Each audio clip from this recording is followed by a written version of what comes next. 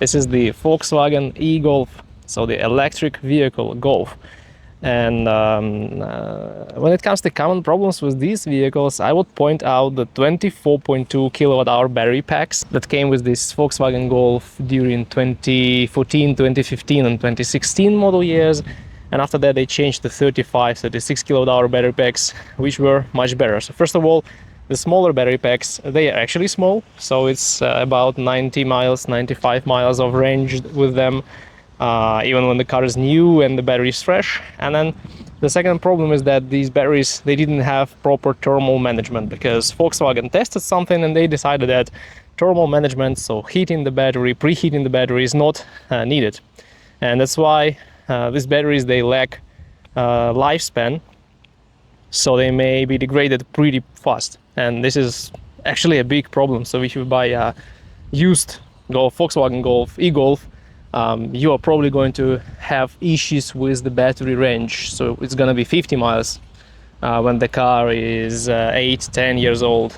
The thing is that when the vehicle is out of warranty, actually any failure with the battery will turn your car into a pumpkin, because there will be no financial sense. It will not be that wise to repair this car, to replace the battery pack, and that's why this is a big problem.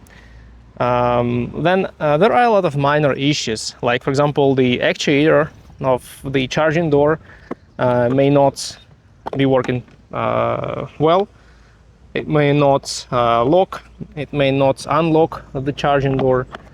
This is a minor issue. It's actually not that expensive to fix this, but unfortunately it's hard to get to this charging port when this happens in your car. And you may even need to tow your vehicle to the dealership or to some good independent repair shop. Also, there are a lot of glitches with these infotainment screens, infotainment systems. They will glitch, they'll be freezing, and eventually you may even need to replace them. But actually these are mostly small glitches that are cured easily by resetting this infotainment screen or even turning it off and then on again. So they are not that good, but actually reliable. And one more issue to remember about is the draining 12-volt battery.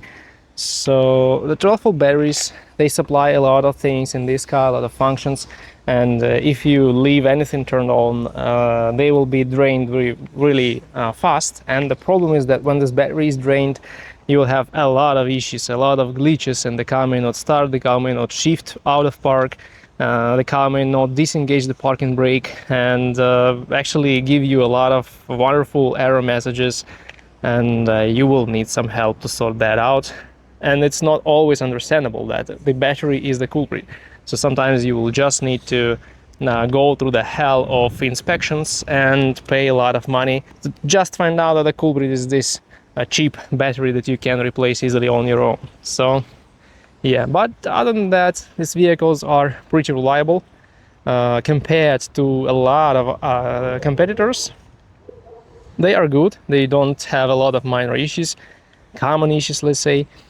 And if you get the bigger battery pack, and if you don't abuse your car much, you may be actually driving it for a lot of miles without any serious problems.